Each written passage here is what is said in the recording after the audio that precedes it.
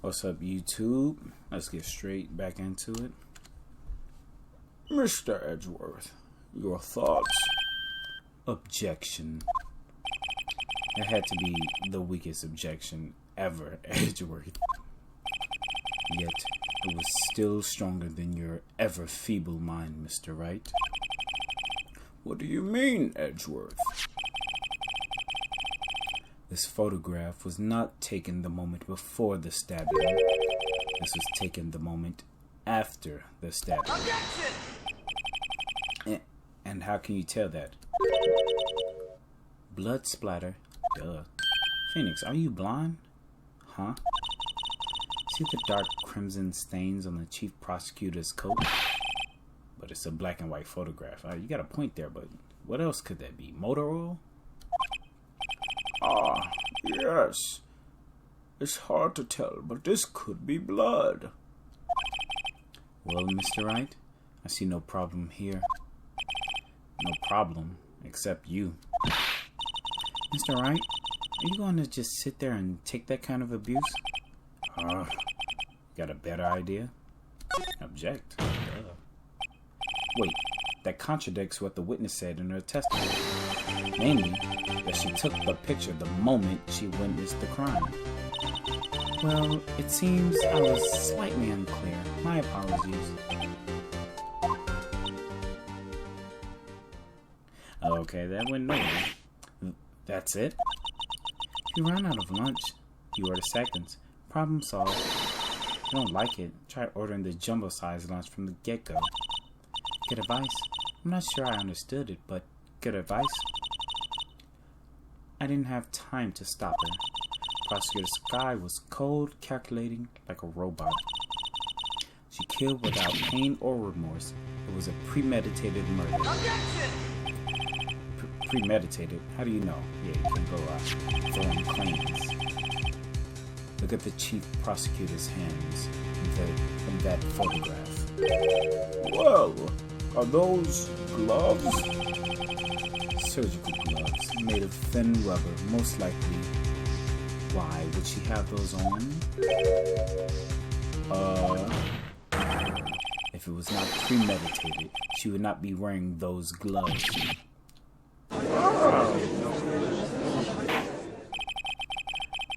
These gloves do seem to tell a tale of premeditation. Premeditated murder, a serious offense.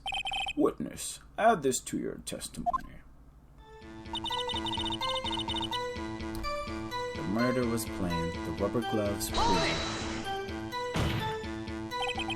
What if she was just in the habit of wearing gloves, like driving gloves? Who drives with plastic gloves? The gloves were admitted as evidence when the defendant was arrested, but the evidence didn't show up in court. Shocking. They were rubber gloves, of the kind used for autopsies. In other words, when the chief prosecutor came to the crime scene, she came to do murder. It's the only possible conclusion one can make. Everything was planned. It was a premeditated crime. Impressive. I'm sorry they took you off the force, Miss Starr. This is bad. She's got them thinking this was all planned. If she can prove this claim, the trial's already over. Gotta think of a way to show that this wasn't premeditated. Alright, we've been through this last episode. Clearly, that last statement Phoenix Wright said before I skipped it. Gotta prove it wasn't premeditated. Which means we only have to find a flaw with the final statement.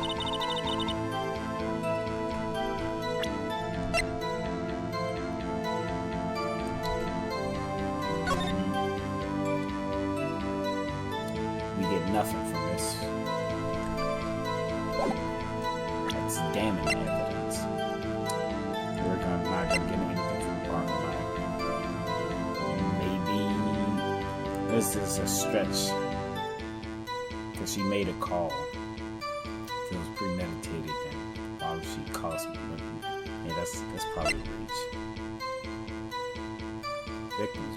I didn't know it was the victims. Was it in his pocket or something? Or it said it was in the trunk.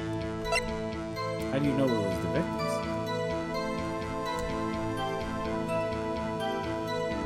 That's not gonna do that. This definitely is not gonna do that. I mean, you could say, take a sip of water.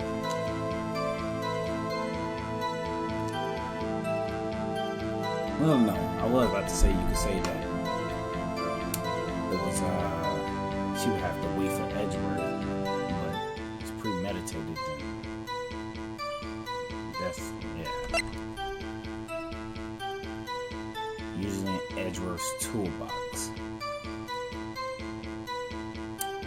Oh, okay. I'm assuming the toolbox was in his trunk. And she would have to know that this was in his trunk. Alright, here we go. Witness, do you know what this is? Are you trying to test me? I sell boxed lunches for a living, you know. That's a knife. The knife. The knife that was in Mr. Edgeworth's trunk. Indeed, it is my knife. What's with this case? The bloody murder weapon, red card, all belonging to the prosecutor there? The defendant is the chief prosecutor for the district, right? Mommy, are prosecutors bad people?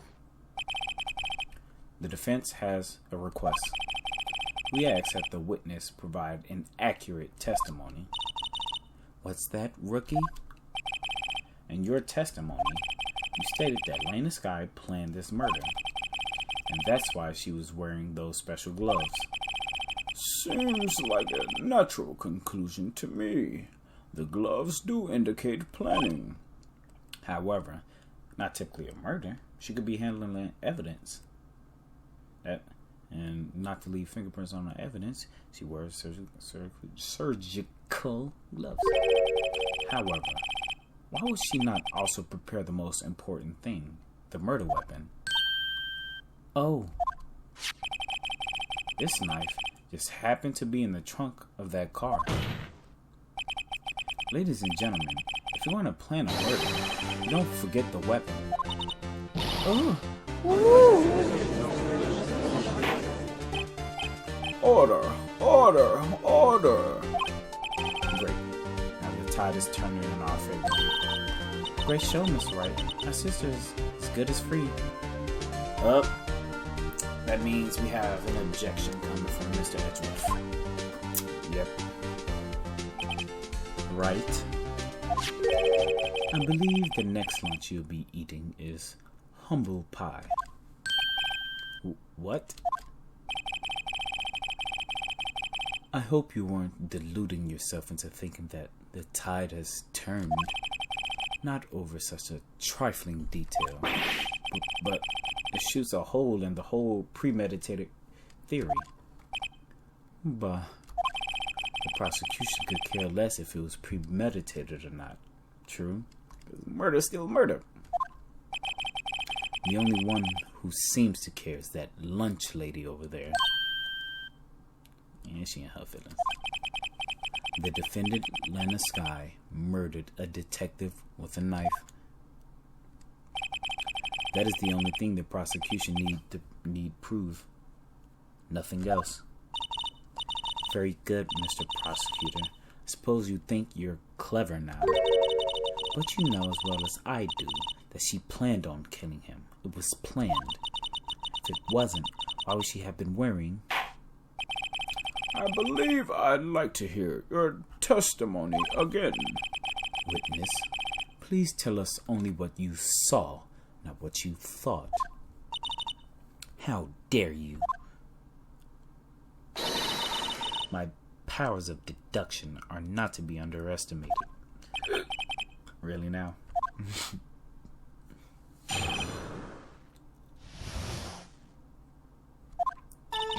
Lena Skye intended to murder Detective Goodman.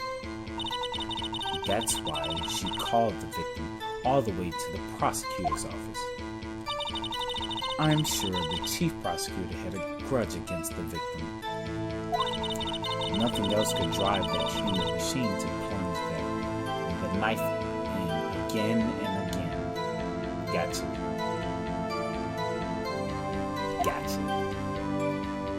You already messed up. The victim was summoned from the police department to the prosecutor's office.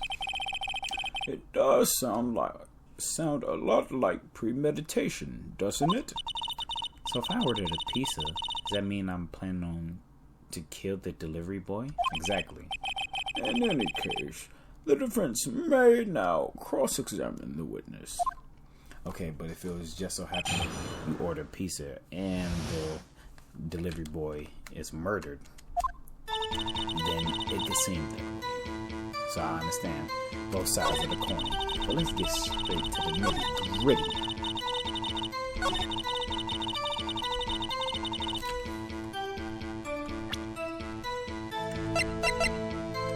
Did you even see the crime? Oops, almost submitted the knife. One knife. Objection! You say she stabbed him again and again, but you couldn't have witnessed that. Are you testing me? Then I'll test you. With my moss surprise. You carry a box full of moss? I'm afraid the moss is growing under our feet as we wait, Miss Starr. What do you mean? You caught along too, Edward? I shouldn't have to explain this, but take a look. The autopsy report states that death was due to a loss of blood from one stab wound. Aha! You're right. Good show, Mr. Edgeworth. What a hunk. He's my hero, really. Pipe down, young lady. What about my objection? No one noticed? Well, witness? You got the crime scene set, right?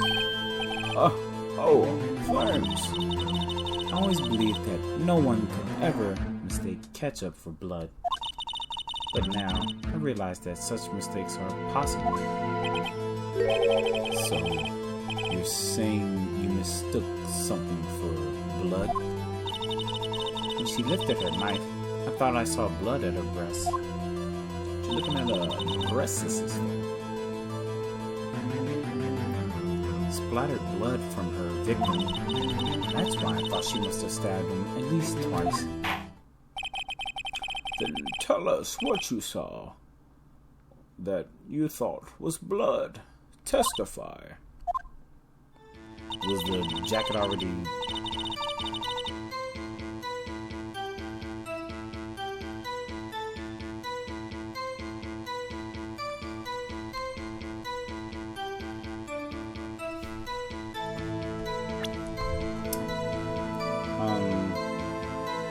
Last time I checked, she's not a car, so...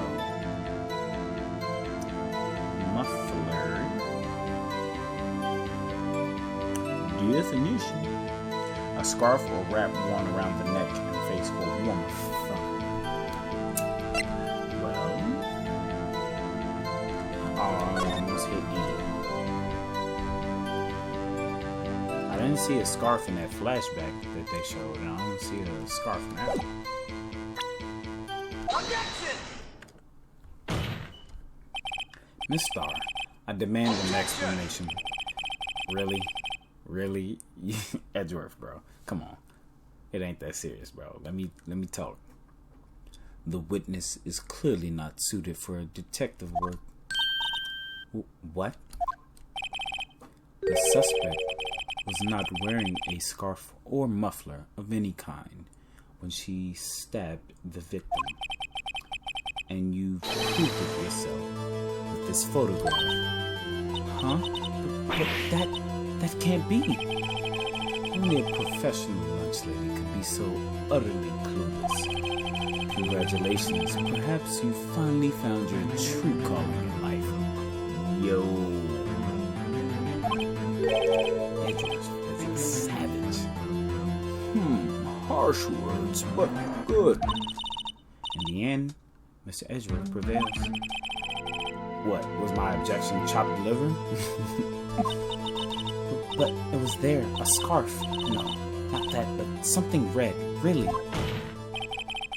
Well now, where were we? The witness has given us an entertaining interlude, but back to business. What? Very well. Witness, continue your testimony. You solved the crime and apprehended the suspect. Tell us about that. Oh, she's mad. Very well. I do remember some things accurately, at least. Ultimately, we couldn't shake the most important part of her testimony. The most important part? I thought he was thinking that. I thought when the word just blew, he's thinking that. So I'm guessing he's whispering or thinking it. The part where your sister stabs the victim? Duh. This next testimony might just be the moment of truth.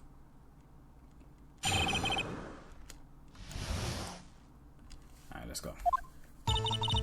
After the murder, the suspect attempted to run behind a partition off to her side. He quickly caught her, explained her rights to her, and arrested her on the spot. Ah yes, when I arrested her, she mentioned the muffler. That's what had me confused in my earlier testimony. The chief prosecutor made to escape. But against Angel Star, resistance is futile. You are quite determined about this scarf, aren't you? I strike like a snake and bite like a cobra. That's me, Angel Star.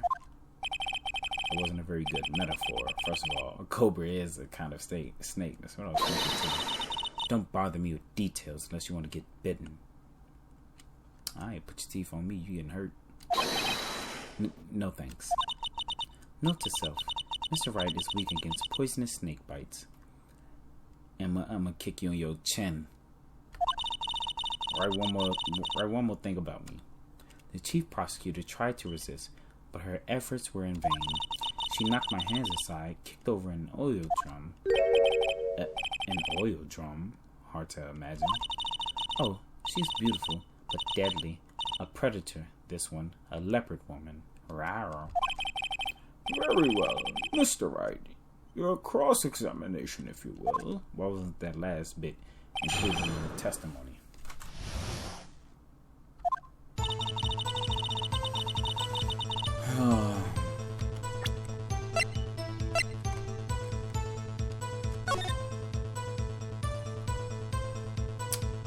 The car is right there in the top middle. So she ran behind it. The partition. She'd be at the either going for the telephone or the security room. The security room doesn't make sense because there's a security guard in there. So where's this partition on the floor plan?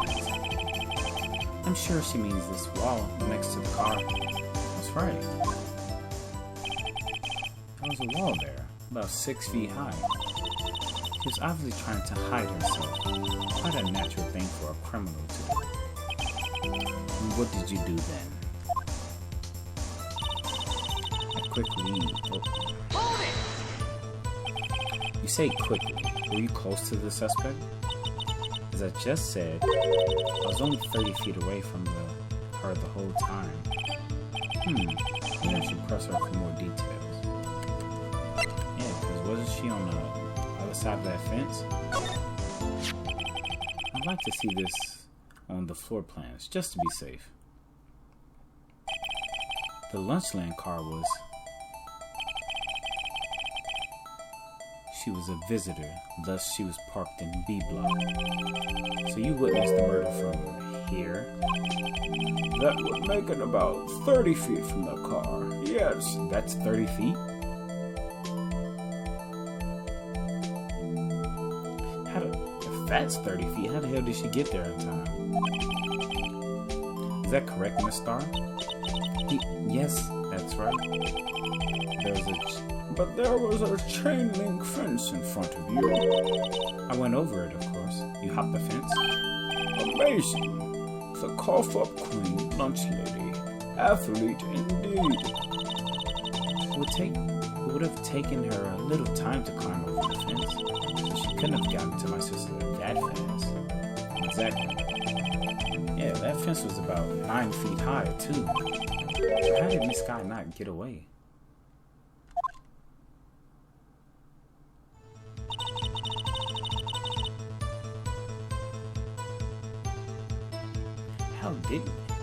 Who murdered somebody, hide behind a wall, and just not escape? What? Hold it! She mentioned the muffler. What exactly did she say? If I remember exactly, I would have told you in my testimony. Cheeky. Anyway, all I heard her say was the word muffler. Just that one word. So, what you heard wasn't the suspect talking to you, but to someone else? Yes, the chief prosecutor was talking on her phone. Her phone? She can't mean... Excuse me? By phone, do you mean this cell phone discovered at the crime scene? Yes, ultimately. My memory, it's like a salmon heading upstream, you see. No, the court doesn't see, Miss Star. The chief prosecutor first attempted to use the phone hanging on the wall. On the wall? That's right. That's right. Near the car, there was an emergency phone on the wall. Apparently it was out of order. And so she used her cell phone. Indeed, the emergency phone was out of order that day. Good witnessing, witness. Good witnessing? Whatever happened to good testifying? You should, of course, add this to your testimony. Things I do to please this rookie defense attorney.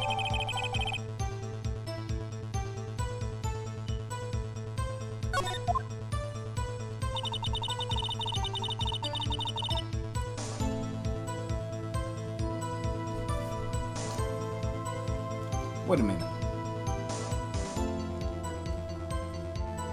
Wait a minute.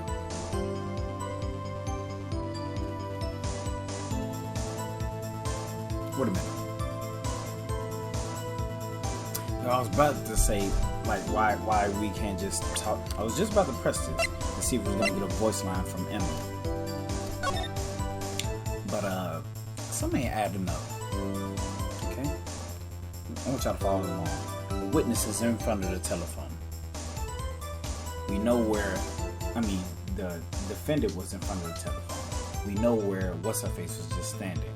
She took the picture right after the murder. Okay. And then the witness went from the trunk to the telephone. And What's-Her-Face was on the other side of that chain link fence. How can you see her use the telephone? Unless you can see through walls. Or were you sneaking up behind her?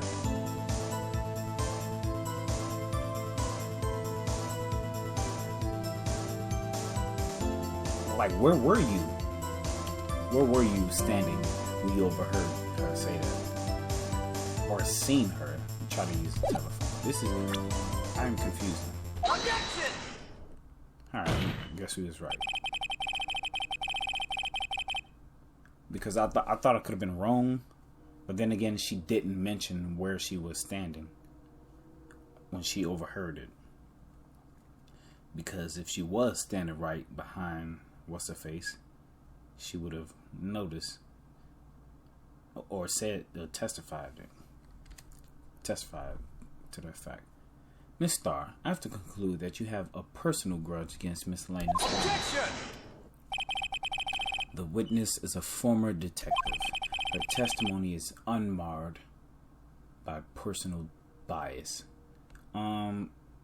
You stole two of my objections about her. That's a pattern. She's clearly in it. And excuse me. in for getting what's her face prosecutor Sky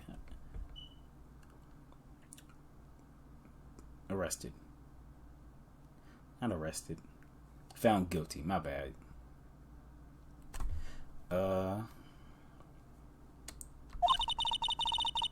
who would have thought you would be my knight in shining armor, prosecutor? You who, together with the chief prosecutor, kicked me out 2 years ago. Well, Miss Starr, this is a fatal contradiction of your testimony. How do you explain this? I don't know what you're talking about exactly. Won't you bring it up? Mess with me, and I'll make you cough it all up. What do you mean by that? Let's look at the floor plans. You said you witnessed the crime from this point. However, if that's true, you couldn't possibly have seen Miss Sky making that phone call. I believe you see what I'm getting at. That emergency phone was on the back side of this partition. If indeed you were in B block, you couldn't have seen it. What? Order. What is the meaning of this? It's simple, Your Honor. She's not coughing up punch. She's coughing up lies. It's quite a claim, Mr. Wright. Perhaps you will allow me a question. Tell us exactly what lie this witness has told the court. Here's where the counterattack begins. Can't afford to get this wrong. Which lied about what she saw, where she saw your events. She testified that, and the phone, updated when she said she heard us say muffler. So what she saw was true. So where she saw it gotta be the problem. Miss Sky tried to use the emergency phone, but it was out of order. What's significant about this fact? Nothing. Therefore, it would be pointless for Miss Star to lie. Pointless lie. I see. But say the witness did actually see Miss Sky using the emergency phone. Yeah, that's what I was trying to say. It would mean Miss Star witnessed the crime from a different location. A different location? Now that's a pointless lie if I ever heard one.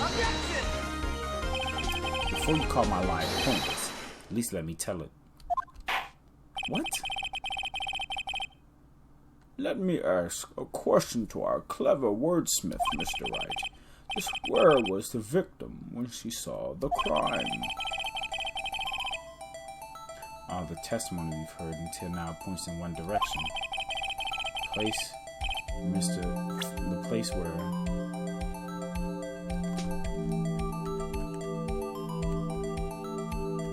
she was over here to begin with.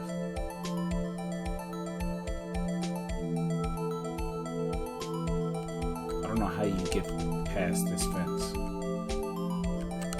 My guess is she didn't hop no damn fence. That sounds dumb as hell. She must have went around and then saw her right there. Take that! If she was here, she could see the emergency phone. That's true. That solves the mystery. Objection! That would allow her to see the emergency phone, yes. But if she was there, she wouldn't have been able to arrest her well before she dialed her cell phone. Oh, you doubt my speed? I can run 150 feet in 9 seconds, you know. Cap. Is that really that fast? Not as fast as your witty rejoinders. What? Yes, Your Honor.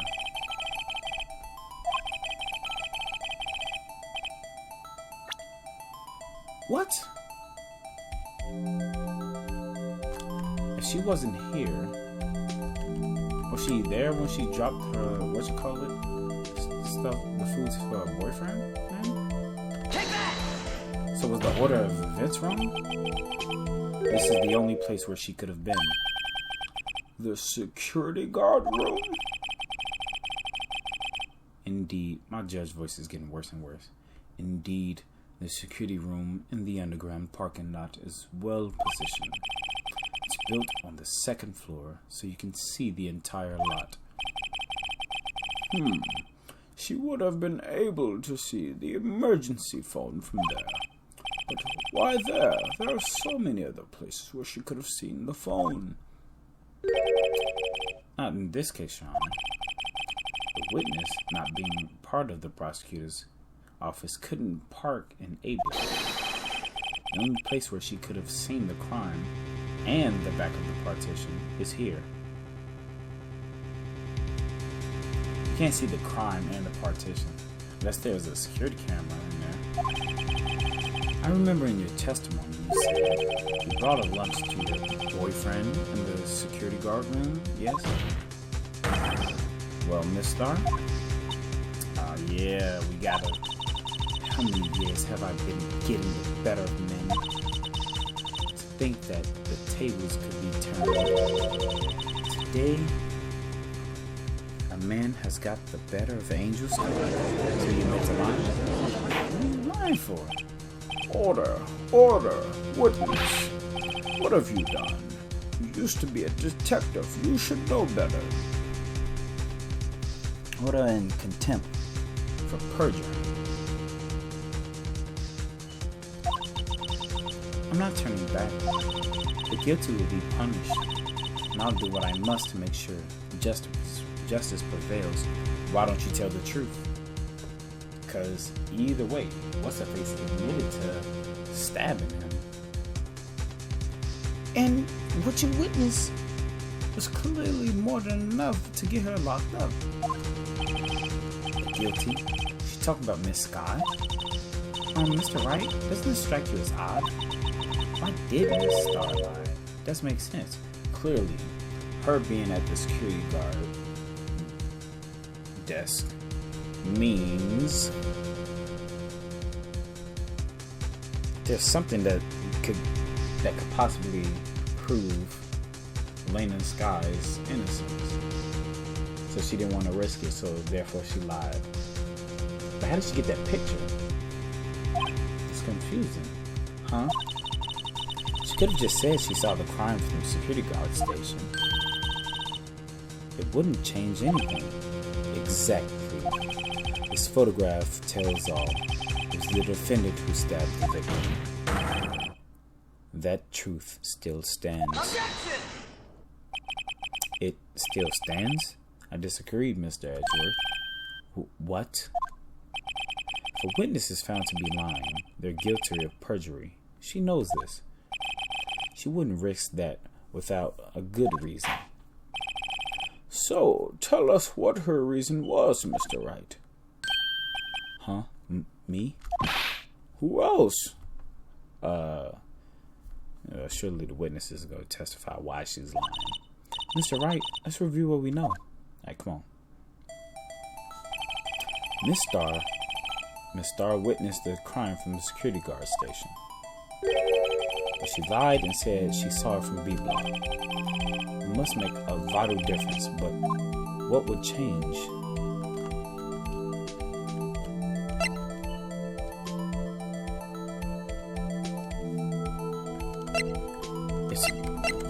Oh my goodness, bro.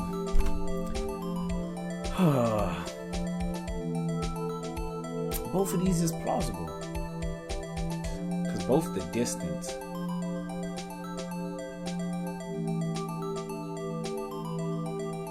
and the view. But we already established the views changed. So let's go with distance. It changes the distance between her and the scene of the crime. Objection! My condolences, Mr. Wright.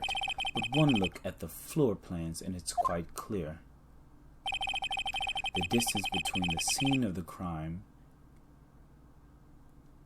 and the guard station is 30 feet. I don't see how that would change what she could see. Objection! What she saw is not in question here. What matters is the time it would take her to reach the scene of the crime. Miss Starr, you witnessed the crime scene from the security guard station. Now, how long did it take you to go from there to the scene of the crime where you arrested Miss Sky? Well, witness. Yes? You ordered the squid wheels, right?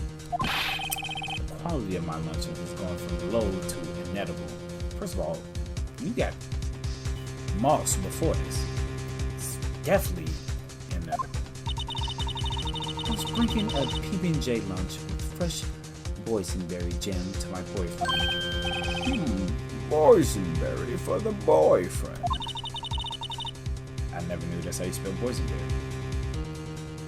I never spelled boysenberry in my life. He wasn't in the station, so I waited. I witnessed the crime from the glass-walled station.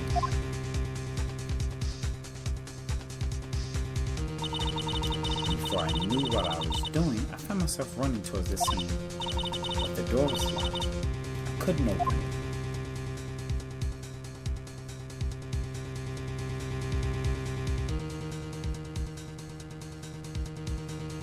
That's how you get around. Because I knew she had to. Because she was the one that took the picture. What I was thinking was going to happen is that somebody else was there and took the picture. She claimed to take the picture. I don't know.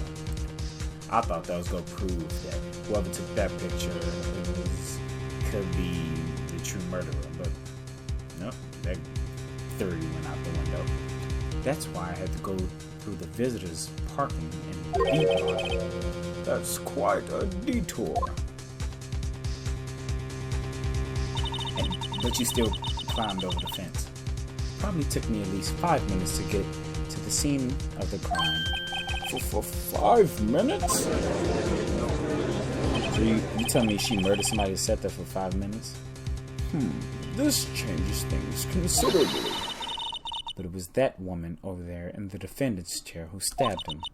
I know it. I have photographic evidence. I swear it. I swear it on my finest plastic spork. You have a point, and the spork is a wonderful invention. Stop simping. You like another caviar lunch? Absolutely. Uh-oh. Mr. Wright, you have to do something. I have immediate evidence to stop this.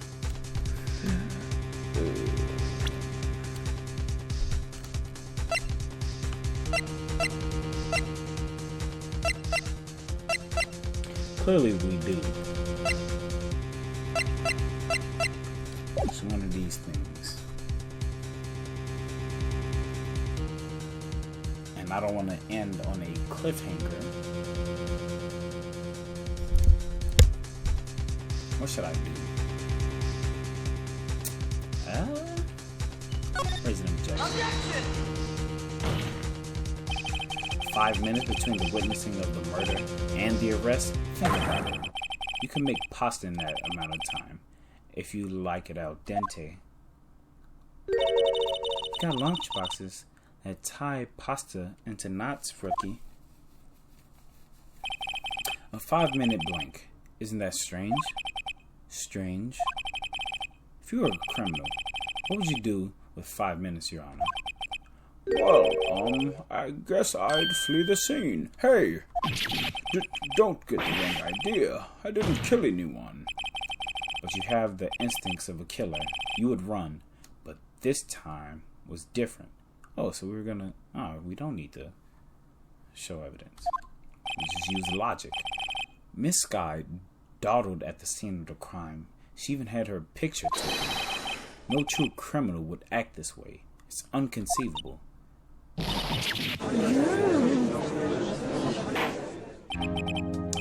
Well then, it seems we come to the end of this testimony. And just like that, we also come to the end of this episode. I'll catch y'all later. Peace out.